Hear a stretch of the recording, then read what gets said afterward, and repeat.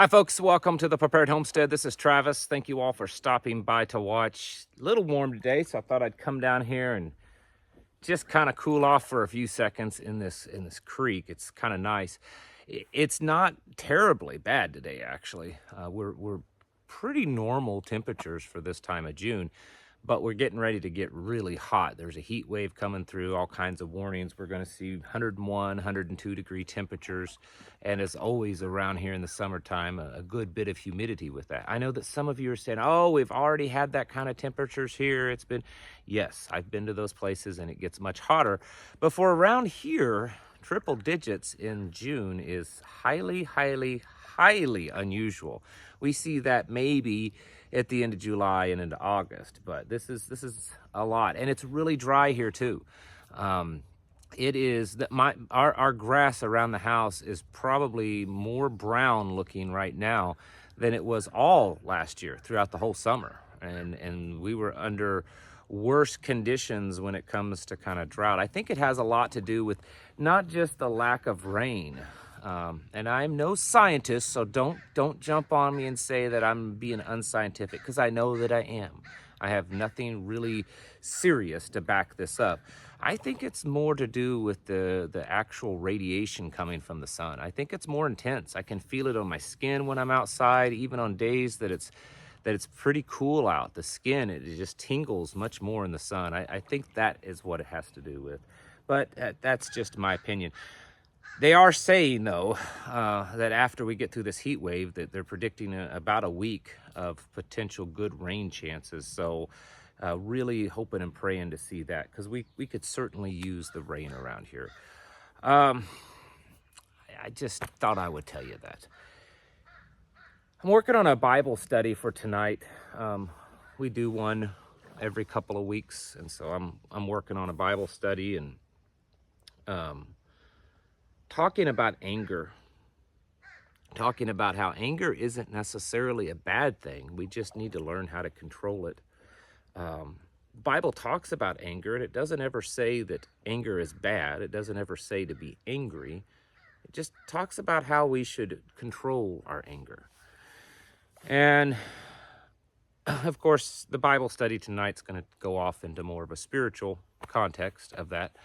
But I think that looking around at what's going on, at all the stuff that's happening, there's so many things, you know, myself and many others like me that make this kind of content, whether it's videos or podcasts or whatever.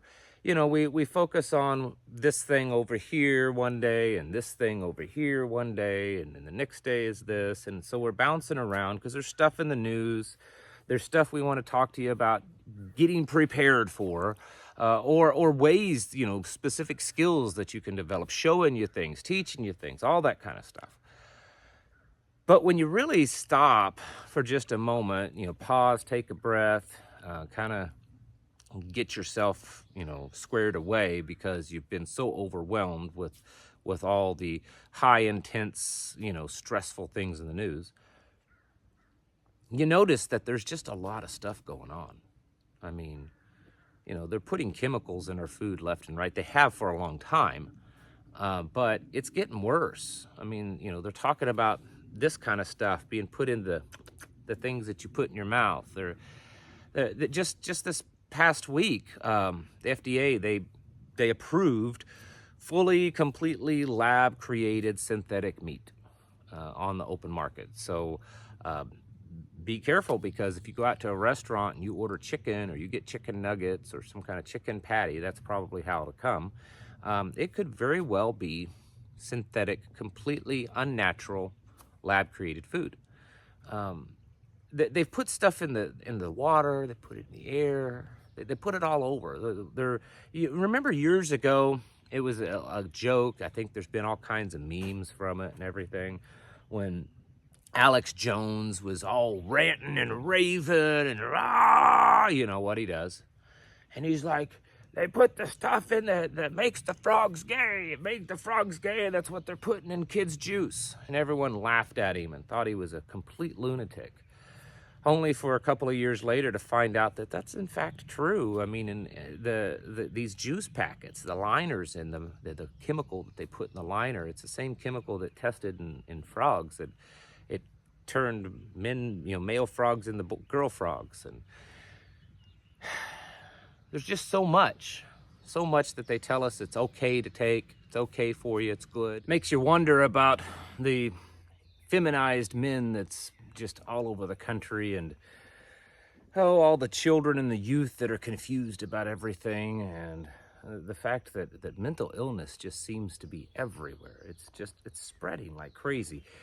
And then there's all this stuff that they're trying to tell us is normal anymore, that a man is a woman and a woman is a man, and that there's no such thing as a man or a woman, and that we can teach this to our children, and it's okay to expose hypersexualized images to children.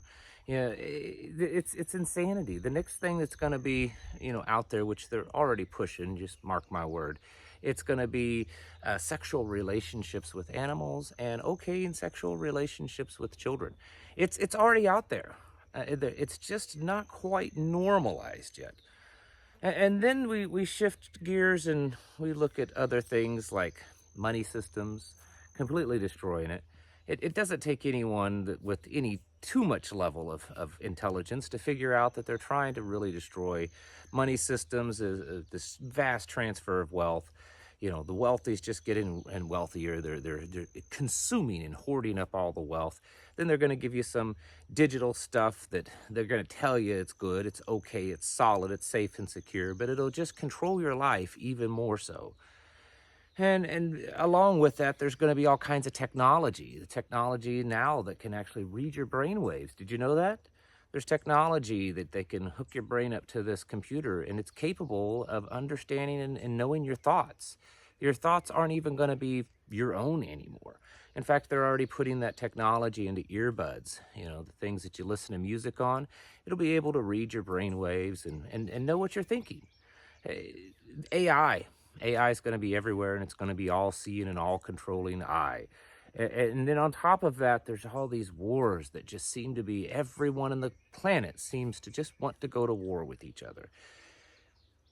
And you step back and you start to see all this stuff. You see the fact that they're just destroying the family unit. They're absolutely making a mockery of God and the Bible.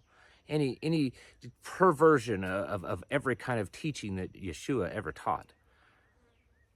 And you start to get a little angry. I'm here to tell you that it's okay to be angry. It's okay to be angry about these things. Anger in itself is not bad. It's not wrong to be angry. It's wrong to allow your anger to get the best of you. It's wrong to allow it to take control, and to where you've lost control of your wits and everything about you. That's when it gets wrong. But it's not wrong to be angry. And right now, the world we live in, we need to be angry.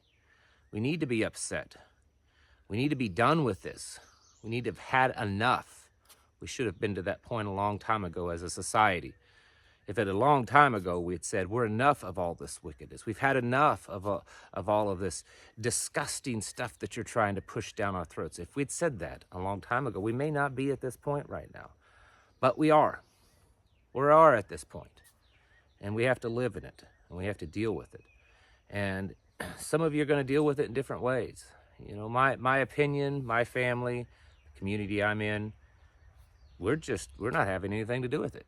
And we're going to find every way that we can possibly find to separate ourselves from that. Everything that we can do, we're going to do something different. We're not going to be around it. We're not going to allow our families to be around it, allow our families to view it, to watch it, to listen to it, to wear it, to eat it, to drink it. Because at some point in time, if you want to keep your body completely pure and clean as a temple that it's supposed to be, and not have all of this,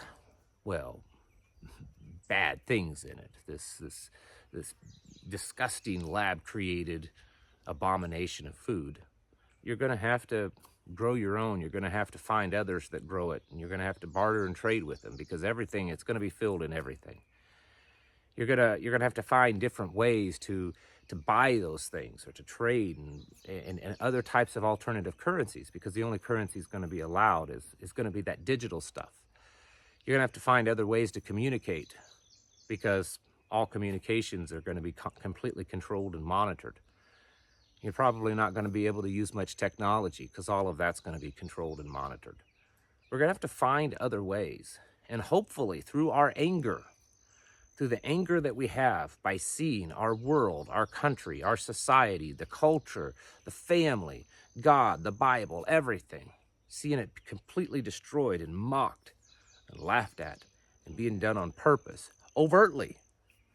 Hopefully that anger, we can use it, because anger has an amazing energy, and use that anger to turn it around and do things that will better set us up to not have to be part of it. Can we change all this that's happening? I don't know. It looks like it may be too far gone. I'm not saying it is. I'm just saying it looks like it. And if there is a way to change it, then so be it. But what we have to be doing is focusing on ourselves and our community. Because in the end, when things are just absolutely bad, do you think all the people with the money and the power and the resources really care about you? Do you think they're really going to come and take care of you and protect you and make sure you have your needs met? Of course they're not. Of course not. And so we see the path this nation and this society is going. We see that it's kind of inevitable that it takes this path and ends up at the place that we all know it's going to be really bad. And so while we're watching it, and while we're filled with sorrow and heartbrokenness and anger because of what they're doing, we need to take that energy and use it for good. Use it for good to prepare yourselves, your family, get them ready, get the houses in order. Make sure your children are where they need to be. Make sure the relationship with your spouse is where it needs to be. Make sure your relationship with God is strong and where it needs to be. Make sure your communities are strong.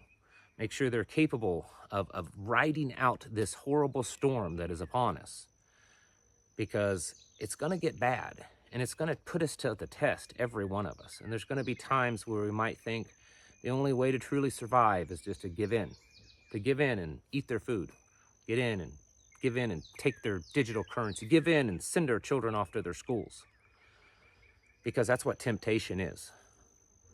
And so use that anger that you have and put it to some good use, just like Yeshua did when he went into the temple and he threw out all the tax collectors, and he threw out the money changers. He had that anger and he put it to good use. He didn't let it get to him. He didn't let it overwhelm him. He didn't let it turn him into something else that he wasn't supposed to be. So anger isn't bad. It's just where you put that anger. And right now there's enough things happening in this world to be angry about. Just make sure you're using that anger for good, because you need to be getting ready and getting your houses in order, preparing yourselves mentally, physically, and spiritually. Thank you for watching, and I'll catch you in the next video.